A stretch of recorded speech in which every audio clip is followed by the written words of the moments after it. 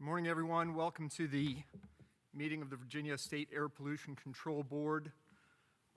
It is the custom, I'm told, to read the rules for attendees. I wonder if there would be a motion to dispense with that this morning, given the sedate nature of the attendees in evidence. Second. Is there a second? All in favor? Without Aye. objection, we dispense with the reading of the rules. And now we move to the review and approval of the agenda. Ladies and gentlemen of the board, have you had an opportunity to review the agenda? Any comments or any proposed actions? Such as a motion to accept? Motion to approve the agenda? Anybody? Motion to, I got a motion and a second. Without objection, the agenda is approved. We now review and approve the minutes. These were distributed in advance to the board and posted online. Everyone's had an opportunity to review them. Are there any changes or comments on the agenda, on the minutes? Hearing none, without objection, the minutes are approved.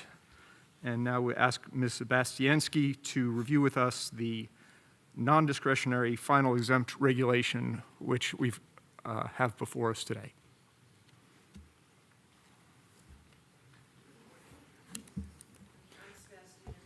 Good morning.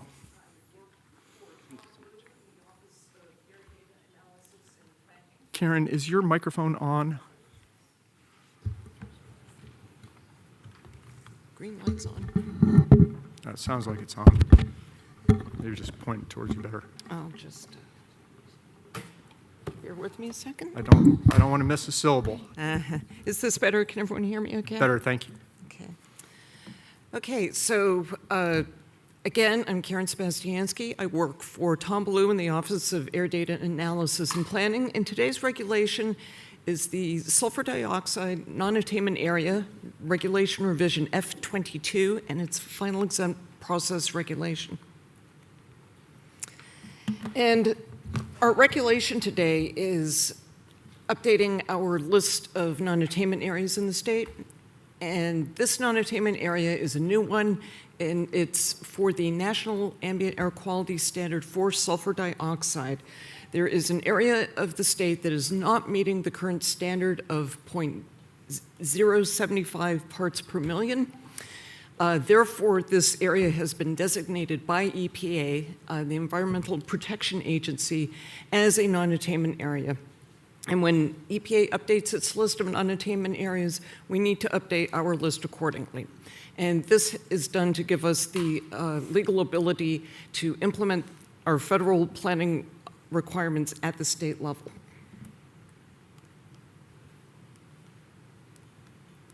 And can I have the next slide, please? There we go.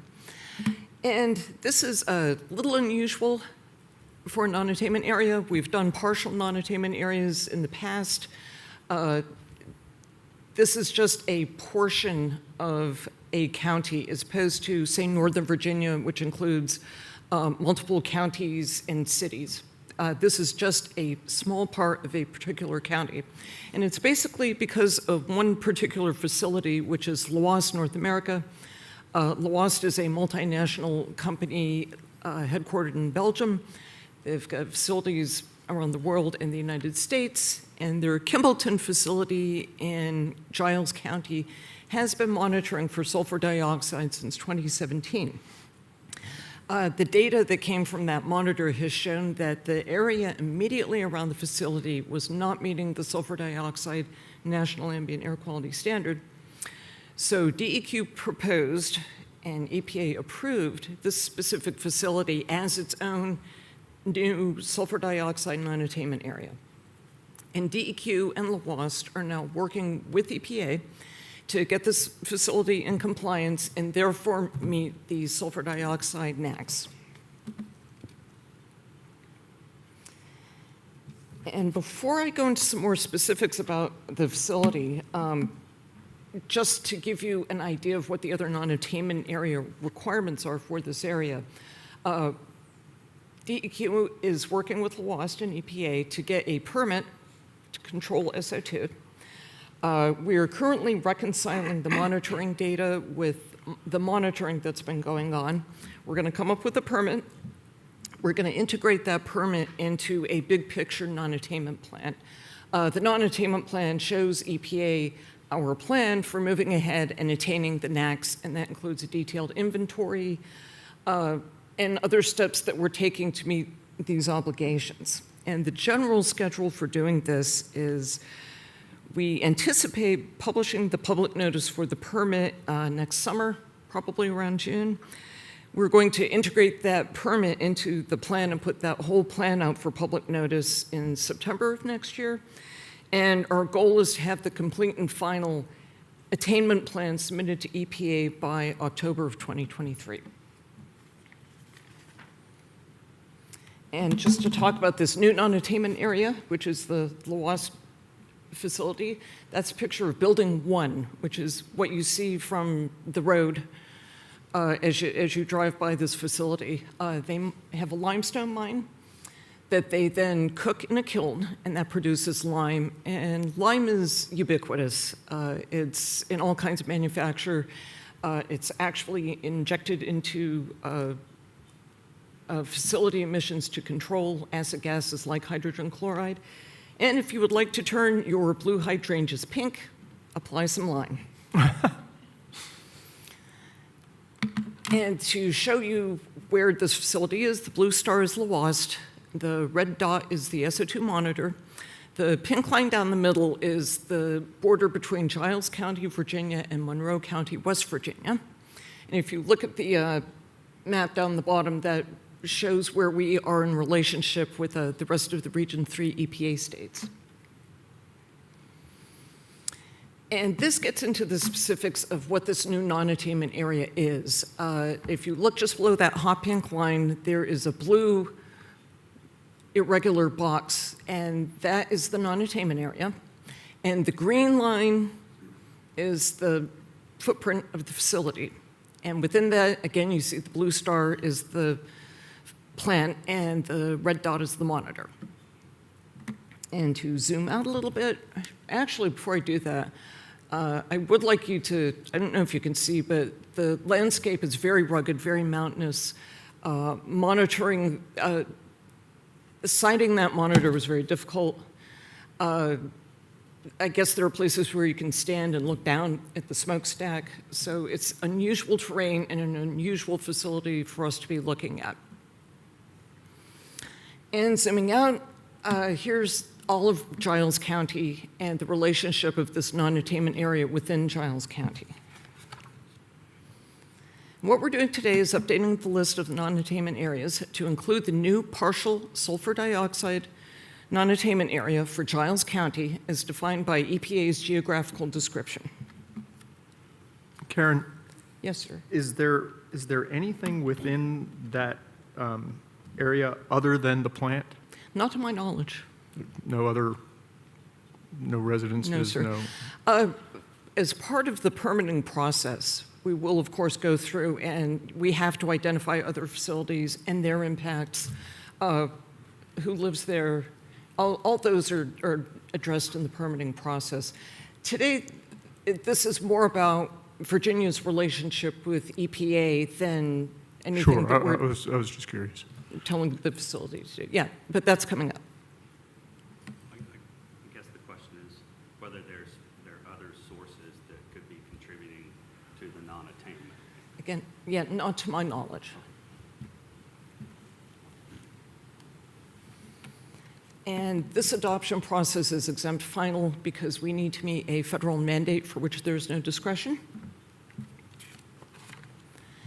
And the department's recommendation is that the board adopt the proposal with an effective date consistent with the Administrative Process Act. In adopting this proposal, the board affirms that it will receive, consider, and respond to petitions by any person at any time with respect to reconsideration or revision as provided in Section 2.2-4006B of the Administrative Process Act. And I'd be happy to answer any other questions. You've heard Ms. Bastianski's report. Are there any questions or comments from the board? Karen, what is the time frame for the adoption or petition with respect to reconsideration, is that just something that could happen at any point in time? Yes. Okay, Any person, anytime. okay.